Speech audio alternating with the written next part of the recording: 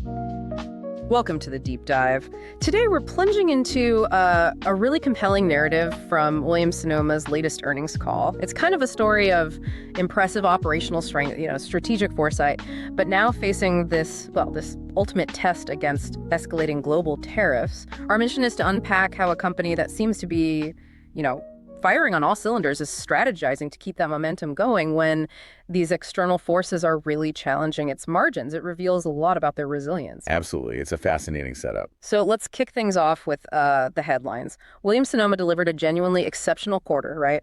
Significantly beating analyst expectations on both the top and bottom lines. Indeed, they really did. The company reported GAAP EPS of $2, which notably surpassed the consensus estimate of $1.29. That's an impressive 11.7% beat? Yeah, significant. And revenue also came in ahead of expectations, $1.837 billion against a consensus of $1.82 billion. So that's a solid 2.8% year-over-year increase, signaling, robust performance, and nearly 20% earnings growth for the quarter. Pretty strong. Okay, strong numbers.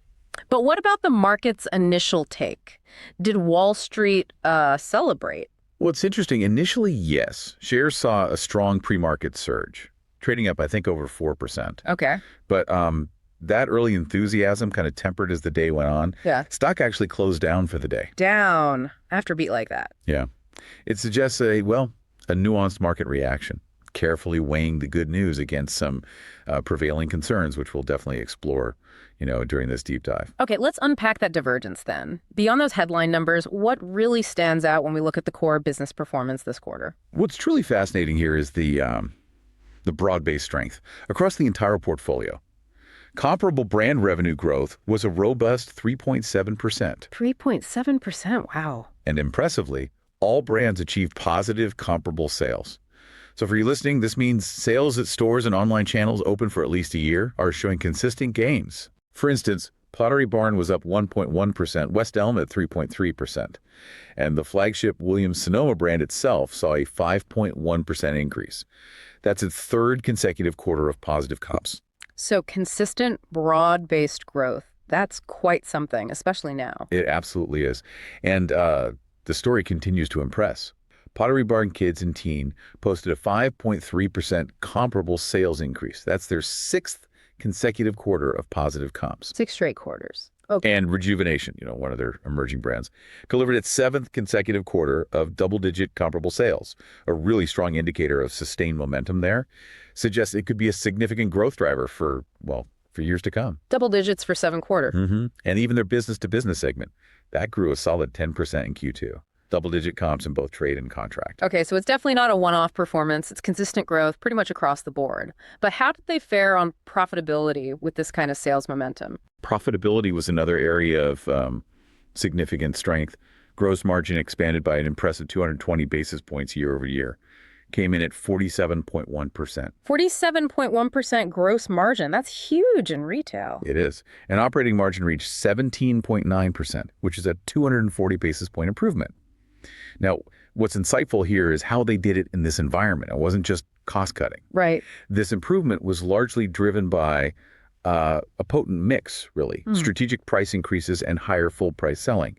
That accounted for 190 basis points of the expansion. Okay, so pricing power. Exactly. And the remaining 30 basis points came from supply chain efficiencies. It really suggests powerful brand equity and, customer loyalty, allowing them to maintain that pricing power even when consumers might be feeling a bit pinched. And with such a strong financial position, nearly $1 billion in cash you mentioned, how are they thinking about shareholder returns? Investing back in or payouts?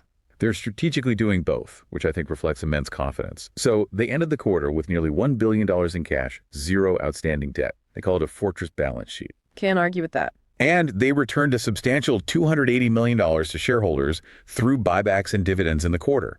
Still have $903 million left on their buyback authorization, too, for opportunistic repurchases. So they think the stock's cheap. It suggests management sees value. Yeah. Even amidst market volatility.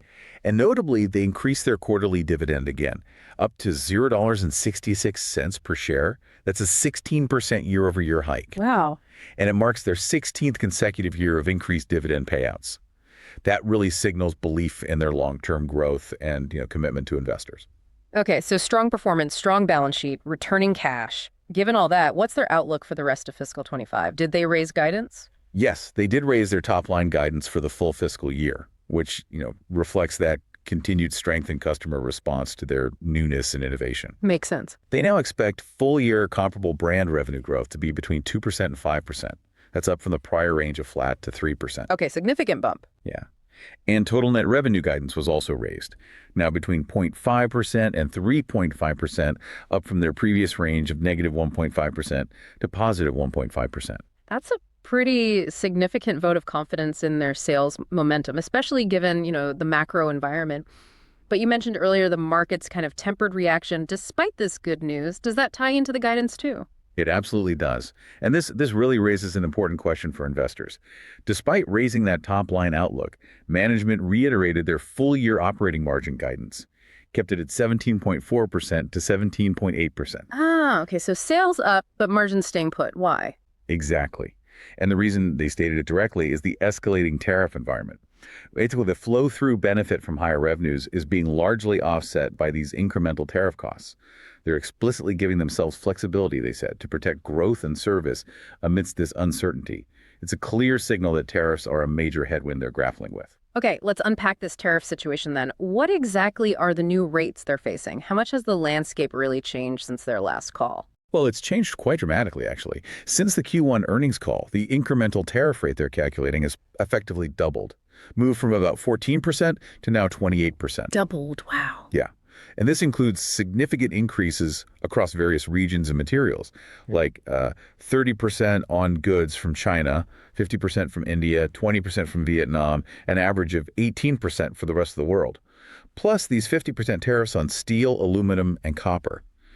It's a substantial and, frankly, pretty sudden headwind to manage. That's a lot to absorb quickly. Definitely. And management did indicate they'd revisit guidance if tariff policies change further, which just emphasizes how volatile this whole thing is. So a comprehensive challenge then. With these costs rising so sharply, what's their plan? How do they mitigate the impact and protect those margins they fought so hard to expand? Sounds like they have their work cut out for them. They do, but they have a plan. A comprehensive 6-point mitigation plan, they called it. 6 points, okay. Yeah. It includes things like securing cost concessions from their vendors, actively resourcing goods to get better costs, identifying further supply chain efficiencies, which they've been good at. Right. Also maintaining tight cost control, financial discipline, expanding their made in the USA assortment and partnerships. Ah, the U.S. made angle. Exactly. And carefully implementing select price increases on certain products while trying to maintain competitive pricing overall. Selective, okay. And one more thing, they also strategically pulled forward about $70 million in inventory back in Q1 at the lower tariff rates to kind of blunt the near-term impact, though that did mean recording an extra $20 million in incremental tariff costs tied up in that inventory. So a smart move, but with a cost. That's a robust, multi-pronged plan. But given the magnitude, doubling to 28%, how confident can we be it's enough? I mean, are there risks? Could aggressively resourcing or raising prices, even selectively, hurt the brand or customer loyalty? That's the critical question, isn't it? Management highlighted their history, successfully navigating similar headwinds before. They feel their brand strength gives them flexibility. But you're right, the sheer scale of these new tariffs means they'll need, pretty flawless execution to prevent margin erosion. Flawless. Yeah. The risk of impacting loyalty with price hikes is real, absolutely.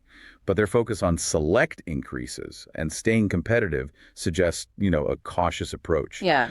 Ultimately, their ability to execute this plan, that's going to be a key differentiator going forward. Okay, so that's the plan for defending margins against this tariff onslaught. But Williams Sonoma isn't just playing defense, right? They're also actively trotting to accelerate growth. What are the key innovations, the market differentiators allowing them to push forward even now? What's the forward-looking strategy? Right, exactly. Innovation is definitely a cornerstone, particularly in product and strategic collaborations. Pottery Barn, for example, launched collaborations with Brandon Maxwell and Roller Rabbit. Wow. These aren't just one-offs. They're designed to bolster their design-led position, attract new demographics. West Elm's collaboration with Pearson Ward apparently became its top-selling collaboration ever.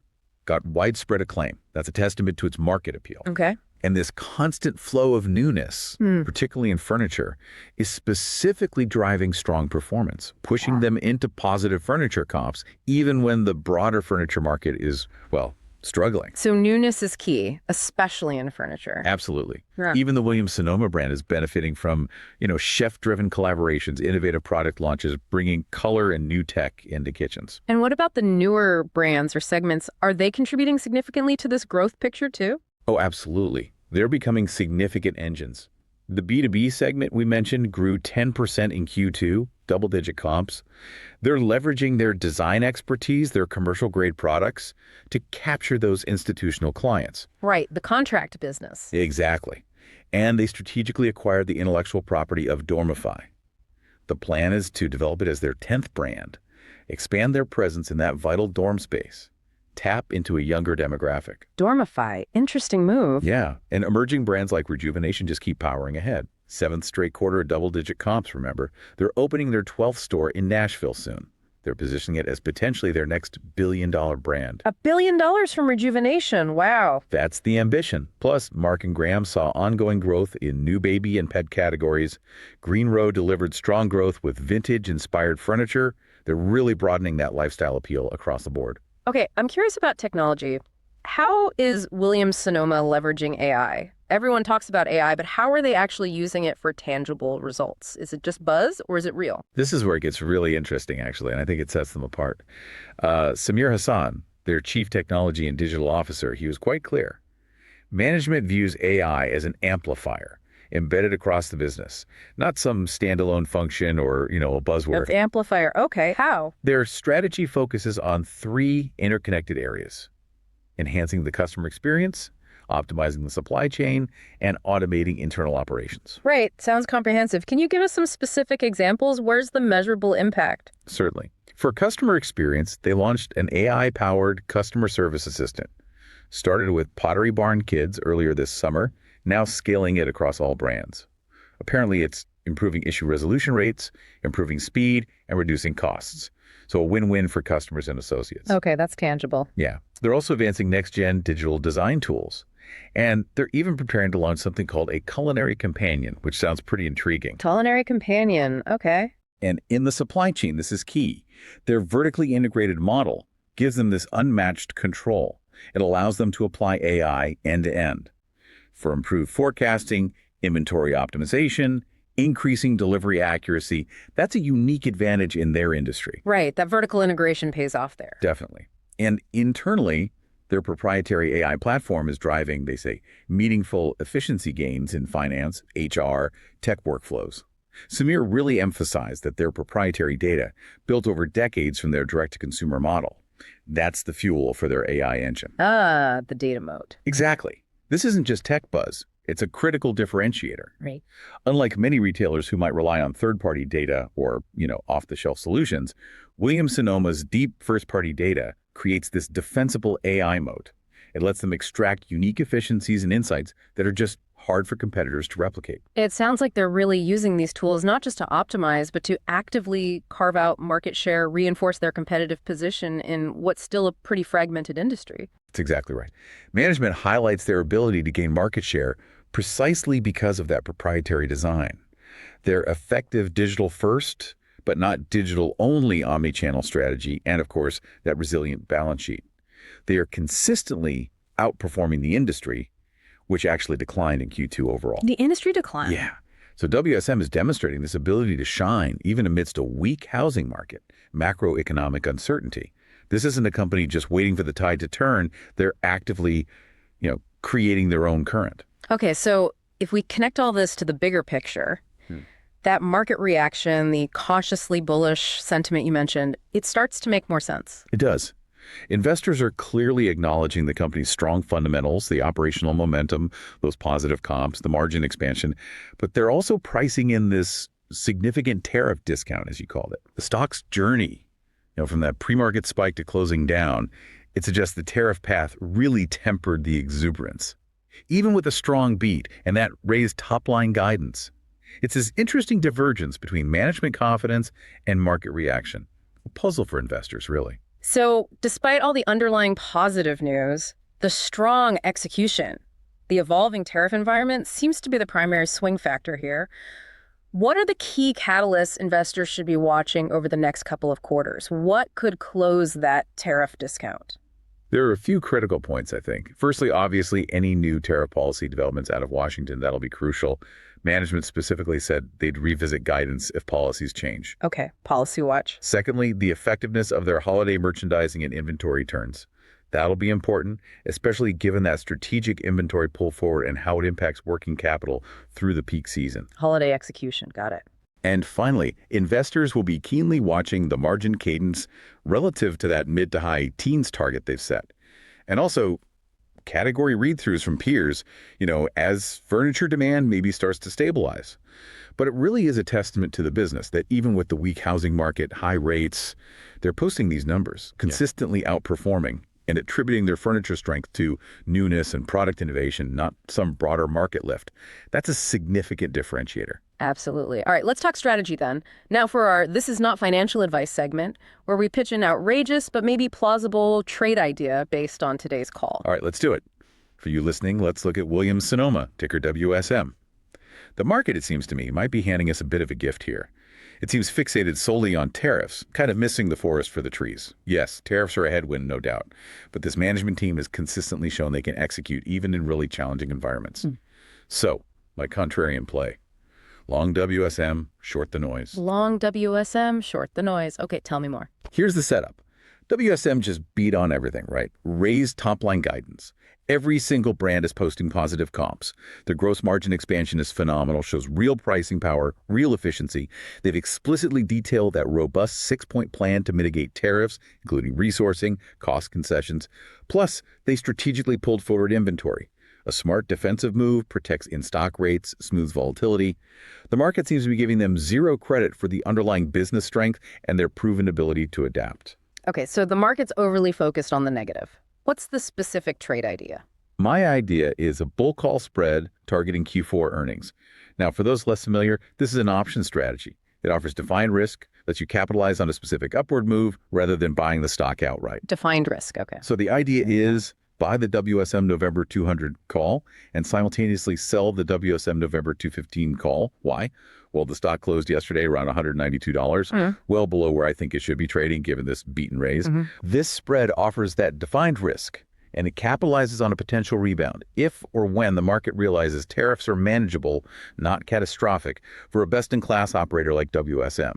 If that tariff noise subsides even slightly, or if they demonstrate continued strong execution through Q3, which seems likely based on momentum, this stock has significant upside, back towards and maybe beyond its pre-tariff panic levels. Right. Plus, you've got optionality from their made in the USA stuff, their AI efficiencies. Yeah. Longer-term tailwinds the market is completely ignoring right now. Feels like a classic buy the dip on temporary macro fear play. Interesting. A bull call spread, long WSM, short the noise. Okay. So, just to summarize then, Williams Sonoma delivered an exceptional second quarter, significantly exceeding expectations on revenue and earnings, driven by strong comparable sales across all brands, robust margin expansion. That's right. Management confidently raised its full-year revenue outlook, a testament to their innovation, operational efficiency, customer engagement, including that advanced AI integration we talked about. Indeed.